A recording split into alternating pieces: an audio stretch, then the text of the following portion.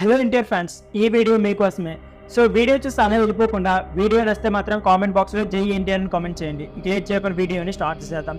ఎన్టీఆర్ మరియు కొరటాల శివ కాంబోలో జనతా గ్యారె తర్వాత రాబోతున్న చిత్రం దేవరా. జాన్వీ కపూర్ హీరోయిన్ నటిస్తున్న ఈ సినిమాలో బాలీవుడ్ స్టార్ సైఫ్ అలీ ఖాన్ కీలక పాత్రలు కనిపించబోతున్నారు. ఈ సినిమాలో ఎన్టీఆర్ డబల్ రోల్ లో కనిపించబోతున్నారు. రెండు విభిన్నమైన పాత్రలు చేయడం ఎన్టీఆర్కి కొత్తమే కాదు. కనుక దేవరాలో ఎన్టీఆర్ తన ఫ్యాన్స్ కి డబల్ ధమాక్ ఇవ్వడం ఖాయం. ఇప్పటికే నెట్టింట దేవర క్రేజ్ ఆకాశం మధ్యగా పెరిగిపోయింది. అంతేకాకుండా యుఎస్ఏలో ఈ సినిమా యొక్క అడ్వాన్స్ బుకింగ్ లో సరికొత్త రికార్డును నమోదు చేసింది. ట్రైలర్ విడుదలకు ముందు $1 మిలియన్ వసూలు సొంతం చేసుకున్న దేవర తాజాగా $1.5 మిలియన్ వసూలు సొంతం చేసుకుంది.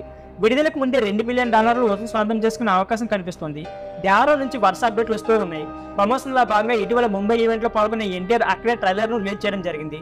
ఆ తర్వాత హైదరాబాద్ లో ఎన్టీఆర్ లో పాల్గొన్నారు. ముఖ్యంగా సిద్ధు జోగల్గడ్డ మరియు రిసెప్షన్లతో ఎన్టీఆర్ అందరి దృష్టిని ఆకర్షిస్తుంది. అతి త్వరలోనే ఈ ఇంటర్వ్యూ విడుదల చేసే అవకాశం కూడా ఉంది.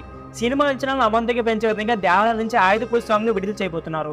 రామ్ జోగ శాస్త్రి గత 2-3 రోజులకి ఈ పాట గురించి హైప్ క్రియేట్ చేస్తూ ట్వీట్ చేస్తున్నారు. తాజాగా ఆయన చేసిన ట్వీట్ దేవర స్థాయిని అమంతంగా పెంచింది అనడంలో ఎటువంటి సందేహం అయితే లేదు.